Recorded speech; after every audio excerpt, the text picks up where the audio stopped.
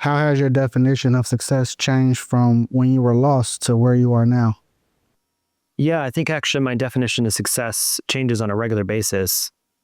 Um, there's different types of success. Obviously, you could talk about financial success, like the company making a certain revenue target or a certain profit margin that you wanted to go for. Me being able to take home a certain paycheck or being able to invest in another company because there was money to do that. Or it could be me thinking about the idea that I really could take off 2 weeks and the company would be okay, that I could rest and the organization would still be healthy and still keep going. I think that to me is probably one of my biggest measures for success in this stage of my life, is whether or not I'm allowed to rest or I will allow myself to rest. And if I can rest and that organization still be thriving, it means that I'm not the bottleneck. I'm not the single point of failure for the organization. And I think early on, I wouldn't have had that framework because, again, going back to it all being about the me, I have to save this. Well, if you have to save everything, then you'll never be able to rest. So for me, a measure of success is how much am I able to rest? Beyond work and achievements, how do you define yourself and keep your sense of self-worth? Yeah, I mentioned this before, but for me, I work very hard at making sure that Crema is not my identity. It is a big part of who I am. I love it. I love getting up and doing what I do every day, but it's not my identity. Again, I put my identity and my faith in God and in Christ and being an image bearer of God.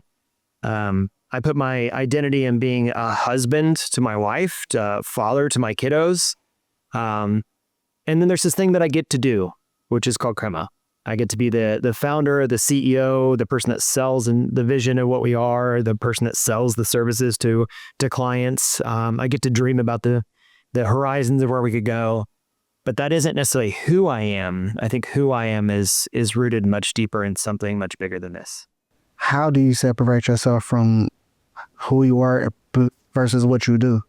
For instance, for a long time, when I walked in the room, I didn't feel confident because I didn't have a camera in my hand. But if I had the camera in my hand, I was confident in talking to people. But it was hard for me to separate myself from being a videographer, essentially.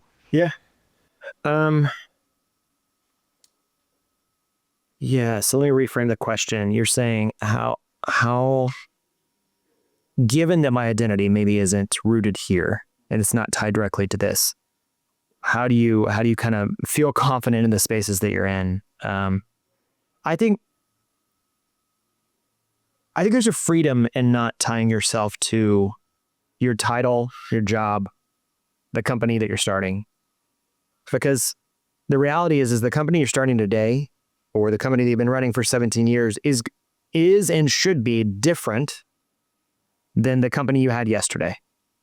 And because that changes over time, you can't fall in love with your baby too much, right? You can't fall in love with that thing where you go, no, this is too much. I'm tied up in like the identity of like that perfect crystal ball that I thought that I had, because the market might come out from underneath you and you go, oh, wow, nobody wants that.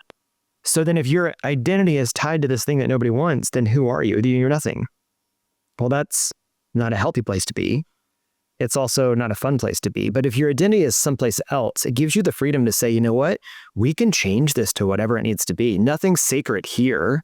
It's good work. I do believe my work is a part of my faith.